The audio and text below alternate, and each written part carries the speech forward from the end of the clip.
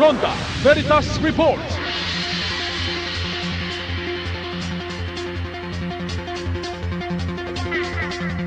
Ronda Veritas Report, Nolan Ariola dito po sa South Cemetery at sitwasyon kaugnay sa ating kapaligiran sa mga dumadalaw sa Manila. Maraming salamat mga kapanalig. Dinadagsana ng mga kababayan natin sa mga oras na ito ang Manila South Cemetery ngayong araw ng Undas. Mas napadali na rin ang paghahanap ng mga puntod dahil sa puntod finder system ng semeteryo. Bukod dito, may live stream din sa opisyal na social media page ng Manila South Cemetery para ma-monitor ng publiko ang sitwasyon sa loob. Ayon kay Rafi Mendez, ang administrator ng Manila South Cemetery, mahigpit nilang ipinagbabawal na dalhin sa Campo Santo ang kanilang mga fur babies o mga alagang aso at pusa.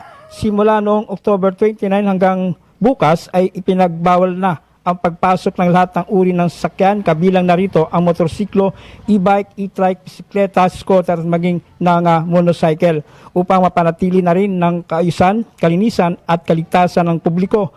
Mahigpit na pinagbabawal sa loob ng Campo Santo ang pagdadala ng baril, matatalim na bagay tulad ng kutsilyo at cutter, lahat ng uri ng nakalalasing na inumin, alagang hayop, gitara, malalakas na sound system, speaker at anumang bagay na madaling magliyab tulad ng alcohol at thinner. Bukas ang sementeryo mula alas 5 ng umaga hanggang alas 9 ng gabi hanggang bukas All Souls Day. Samantala, alas 9 ngayong umaga gaganapin ang tentative mass ayon sa pamunuan ng sementeryo. Okay, maayos dito sa South Cemetery. Latag na rin. Pinatutupad dito sa Manila South. Bawal yung asong pusa, speaker at yung mga nakakaingay. Sa anong paraan mo naisasabuhay ang magagandang alaala ng yumaong mahal mo sa buhay? I think pag pinibisita po lagi, I think it's enough po to show na you still, naalala pa rin siya. Yan ang tinig ni Messia para sa Dalangin at Alaala 2025 kapanalig ng yumaong banal. Kami ang inyong kapanalig, Robert Valentin. Nolan Ariola, sumainyo ang katotohanan.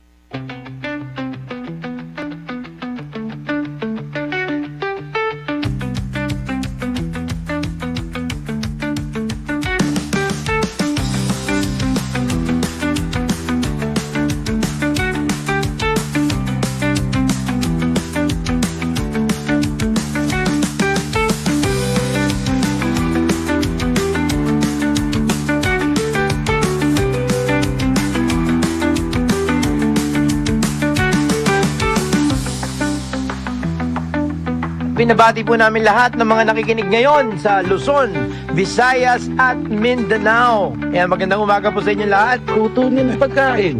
Oo. Si Atty. Fred na makakaano dyan. Kaya po kayo nagkriminal. Alam ko, tiwalang-tiwala ako dito sa kaibigan natin eh. Nasa magulang yan eh. Nasa magulang. Qualified.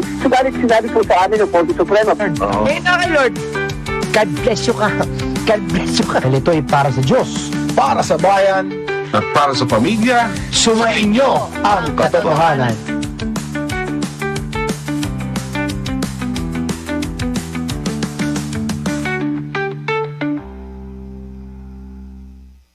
Everything for good. magandang umaga Pilipinas at ang buong kapuluan ng Luzon, Visayas at Mindanao. Kasama ko po ngayon si Coach K. Abelia. Good morning. Good morning, Attorney Fred, at good morning sa ating mga listeners this bright, trafficless morning. November 1, November 2025. It's a miracle. Sa labas, walang traffic. Ay. But bago natin pag-usapan ng traffic, let's remember that every gising is a blessing and we pray.